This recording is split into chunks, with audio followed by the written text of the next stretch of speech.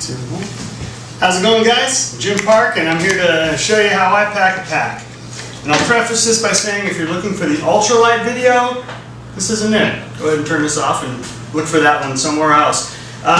When I go out, I train with my kids, and I like to know that I'm safe. And I also feel like we take ourselves out into the wilderness, into the desert, into the mountains, into what could definitely be considered hostile territory if things don't go the way you plan. So I'm a bit of a prepper. I probably carry some things in here you'll see right now that most people don't carry. I'm okay with that. I believe you should carry what you need and train to be able to carry it. So without further ado, here's my beast. I'm going to drop it on the floor, show you what I got in here.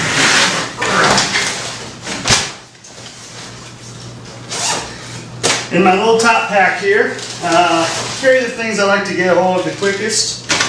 Snacks, got a pencil and my map. I usually carry my, my compass around my neck. Sometimes I'll carry field guides. I wouldn't probably carry all of these, but depending on where I go, I like to be able to make sure I can identify my flowers, flora and fauna of where I'm at, possibly even edible plants. Might pick 1 or 2 of those to bring. My snacks, more snacks, bring some snacks. Crazy me, I like to bring my music. That's just me, I like to enjoy my music while I'm there. Meds, especially if you have meds you need to get to in a hurry. I had a heart attack a couple of years ago and I keep my nitroglycerin right here around my neck. Here's my, my compass and my grid reader. Usually these are around my neck. Snacks, don't forget snacks. And then I carry a light source with me. I actually carry 2. I like to have redundancy on the things that are the most important to me, and light source is one of them.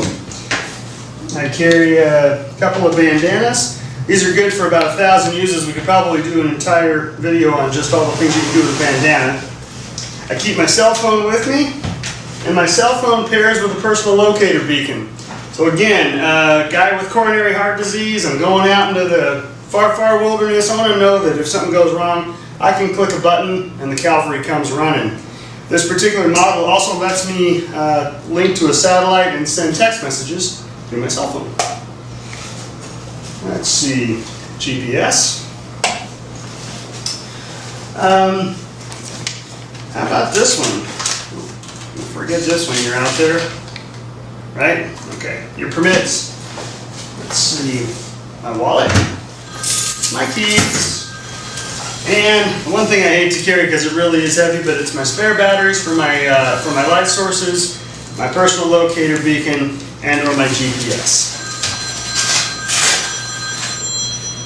I don't like hiking with trekking poles. A lot of folks do, but in the event that a leg ever got broken, they'd be handy to have with you. So I keep those out here on the outside of my pack. Let's see here.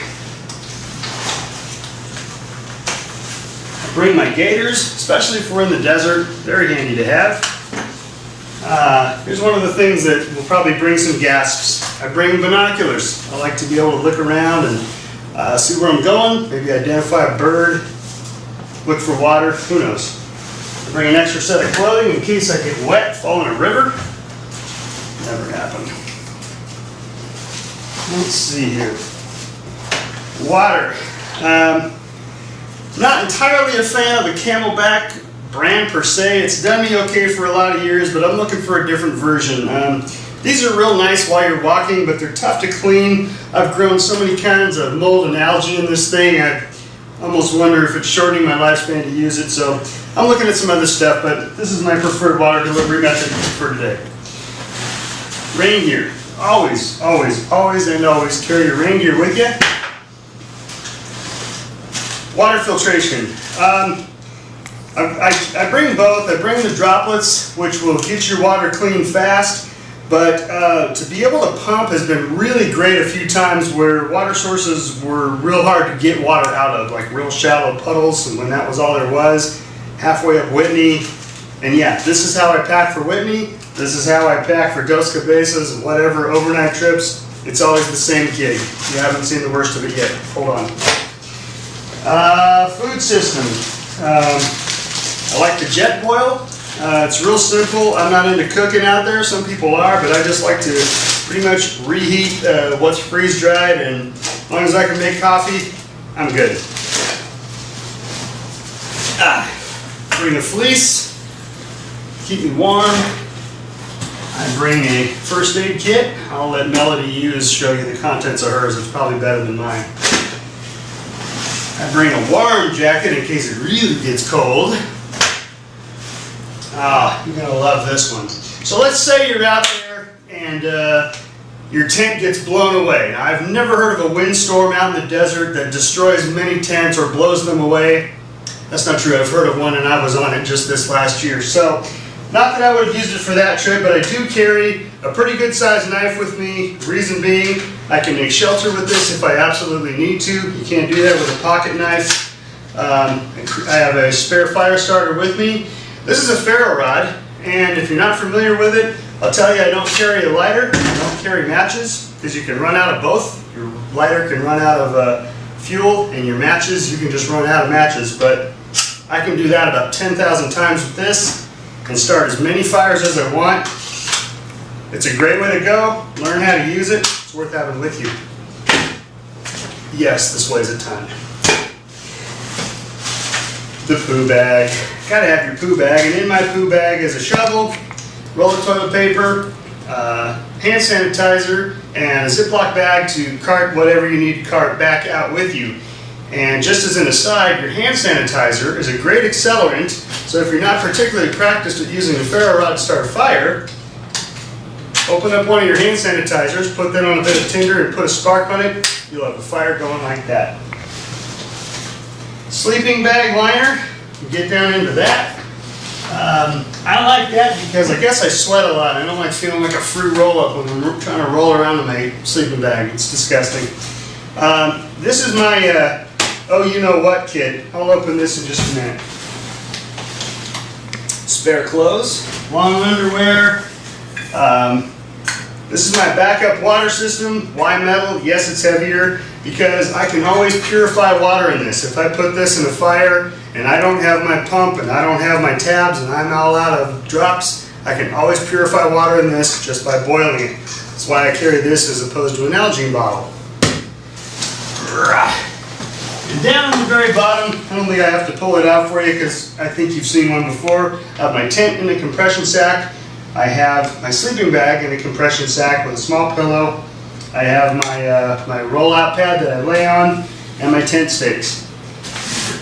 The last thing I wanted to show you that I always keep with me, this is my disaster kit. So between everything else you've seen, and I always keep my sunglasses on with me, you've seen the 10 essentials, or you will at this point.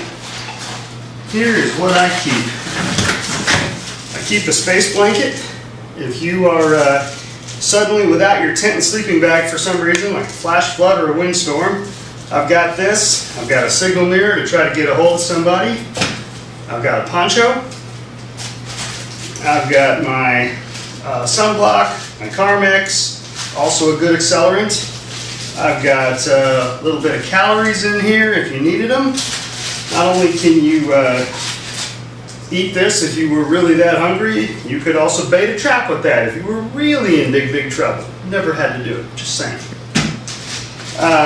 More hand sanitizer, good accelerant as I said, and I carry some bug protection, a couple of extra water purification tabs, and something we don't talk about in WBC too often, but this is char cloth. And Google char cloth, there's a million things to know about it. The nice thing about it, it'll take a spark. You can start a fire with this with a magnifying glass like this. And with a little metal container like this, it really doesn't weigh that much. You can make as much as you want. Tear off a piece of your bandana, roll it up, throw it in here, put this in the fire, take it out in 10 minutes, you have a new char cloth for tomorrow's fire. Duct tape, you can never run enough duct tape. Multi-tool, which also has a magnifying glass on it. I don't actually carry this with me most of the time, but if you wanted it, this could be a good one. 100 feet paracord. I am here to tell you this has saved my bacon. And it saved my bacon on our last wind trip, because my tent was one of the ones that didn't get torn to shreds because I lashed that thing down like a cobweb, and I used all 100 feet of it And the reason I pick white is because it picks up real nicely at nighttime and people are less apt to trip over your stuff. 100 feet of 550 paracord. This has so many uses. Google this one too. You'll learn a ton. And, oh, is it not in here? Last but not least, near and dear to my heart, this is my fire starting method that I have in case my knife is not handy, which it always is. But this right here gives me 3 ways to start a fire. I can use air compression, put a little tinder right there, pop it, you get an ember. This has a ferro rod inside of it, and it also has a magnifying lens. And again, any of those will pick up a spark on that piece of char cloth that's in here in a snap. Anyhow, this is how I prepare for the wilderness. This is my version. It's not light, but it gives me the comfort I want and it gives me the security I like. I trained to carry this much weight, and I'm happy with it. Be safe, be prepared, and have fun.